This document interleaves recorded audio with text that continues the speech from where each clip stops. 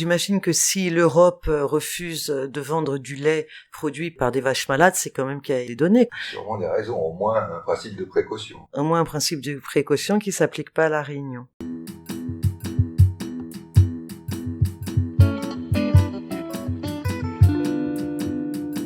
Bonjour Jérôme, bonjour Philippe. Bonjour Anouk. Bonjour Anouk. Sur Parallèle Sud, vous travaillez tous les deux sur un dossier un peu complexe qui concerne les bovins à La Réunion, leur importation, leur élevage. En quoi c'est une information importante ? Il faut savoir que l'implantation des bovins était suspendue depuis 2008. La dernière importation date de 2003. À cause de l'histoire de la leucose ? Voilà, c'est ça. Depuis les dégâts de la leucose, de tout le buzz médiatique qu'il y a eu, il y avait une suspension d'importation de bovins. Donc, lors de la dernière importation, les animaux qui sont arrivés étaient des animaux malades, c'est ça ? Eh bien, oui, on s'est rendu compte qu'un certain nombre étaient malades de l'IBR. Et à la suite de ça, on s'est intéressé à la santé sanitaire des troupeaux. Et on s'est rendu compte que les vaches avaient aussi la leucose. Tu peux me décrire ces maladies ? Ça a quel impact ?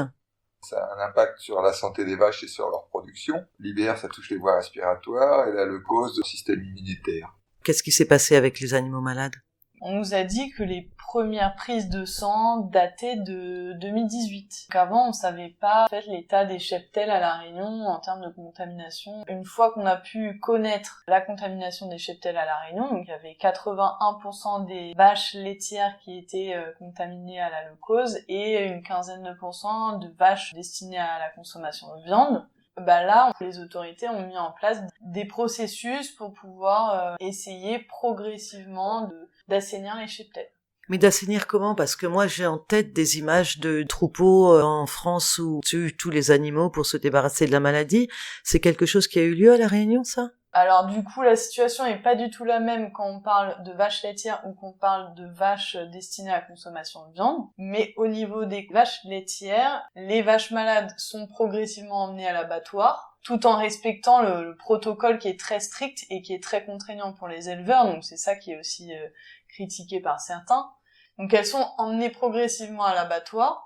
Et à côté, c'est pour ça qu'il y a cette fameuse nouvelle implantation de vaches, c'est qu'en fait, on n'aurait pas la possibilité aujourd'hui de produire à La Réunion des vaches saines, destinées à la production de lait. Il n'y a pas d'élevage local, en fait. Si, il y a un élevage local. D'après certains éleveurs, il suffirait à reconstituer le troupeau. Après la cicalée, non. Et il y a aussi beaucoup d'éleveurs qui conçoivent que ça suffit pas pour reproduire des troupeaux sains, donc qui estiment que finalement on peut pas se passer de l'importation. Pour en revenir à la leucose, est-ce qu'il y a un risque pour l'homme ? Quel est le danger de ces maladies-là, qui au-delà du danger pour les troupeaux et pour les animaux eux-mêmes ? En France métropolitaine, la consommation de ces animaux est interdite. Les produits de ces animaux, on les consomme pas.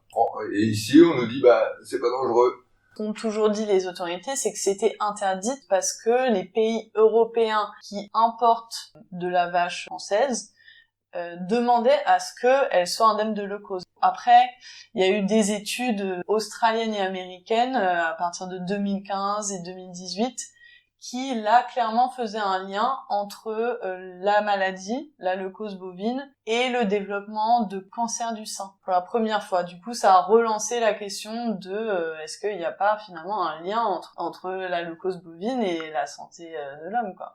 Mais oui, parce que j'imagine que si l'Europe refuse de vendre du lait produit par des vaches malades, c'est quand même qu'il y a des données, quoi, qu'il y a des raisons. Sûrement des raisons, au moins un principe de précaution. Au moins un principe de précaution qui s'applique pas à La Réunion. Est-ce que cette crise a eu un impact sur la situation des éleveurs, sur leur vie ? Ça a eu quelles conséquences ? Bien, en 30 ans, le nombre d'éleveurs a été divisé par 5. On est passé de quelques 250 d'élevage à une cinquantaine. Aujourd'hui, il y a une cinquantaine d'élevages. Et on nous dit que déjà, il y en a 3-4 qui annoncent leur arrêt cette année. Ça continue à chuter. Tout s'explique pas forcément par l'existence de la leucose bovine ou de l'IBR dans les cheptels. Mais c'est vrai que les éleveurs nous rapportent le fait que ça affaiblit les vaches, ça affaiblit la production de lait, ça touche le système immunitaire de la vache, et finalement elle meurt plus tôt qu'elle devrait. ça. Normalement, une vache en bonne santé, elle donnera du lait pendant 15 ou 20 ans. Et ici, à La Réunion, ça semble être plutôt 3 ou 5. Et au lieu de donner 100 litres de lait par jour, elle va en donner 30 ou 40. Combien de vaches vont être importées et combien ça coûte de faire venir un animal comme ça? On a posé la question à la Cicalais, qui a refusé de nous répondre. D'autres sources nous disent à peu près 80 vaches, 70 à 80 vaches, les génisses pleines. Et combien ça coûte? Eh bien, les chiffres, on les a pas, mais il semble que pour un gros mammifère comme ça coûte à peu près 7 000 €. Ouais, on nous a parlé de 7 000 € de transport et de 3 000 € de coût de la vache. Quel est l'intérêt de la Cicalais de cacher ces informations-là? C'est difficilement compréhensible, parce que ça a créé un doute. On nous a dit que la Cicalais ne communiquait rien sans l'aval de l'État de la dame. En effet, moi j'ai posé des questions à la Cicalais, j'ai posé des questions aussi à la préfecture, qui m'a toujours pas répondu. Et la Cicalais est un peu dans la tourmente en fait.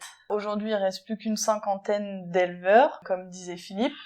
Et parmi ce nombre d'éleveurs-là, il y aurait presque la moitié, enfin, selon les témoignages, faut rester prudent avec ce qu'on nous dit, mais il y aurait une petite moitié qui finalement arriverait pas à survivre, en fait. Ce serait vraiment grosse difficulté financière et avec des conséquences humaines sur, le moral. Enfin, on a des mots durs pour nous dire, ils ont la corde au cou, quoi. Enfin, vraiment des mots très durs sur leur situation actuelle. Je pense que quand même la Cicalais a conscience des problématiques avec les éleveurs Et puis on peut constater, ça c'est indéniable, c'est que les éleveurs veulent pas parler, ou alors de façon anonyme. En tout cas, ils parlent pas aux journalistes. C'est sans doute à cause de l'éviction de Jean-Paul Bègue, et tout le monde a peur. La gouvernance de la Cicalais est contestée, mais tout le monde a peur de s'exprimer. C'est qui ce Jean-Paul Bègue? C'est un des premiers à avoir dénoncé les histoires de maladies, et il a été évincé de la Cicalais, il a été exclu de son syndicat. Coopératif, ouais. Pardon, pas syndicat, coopératif.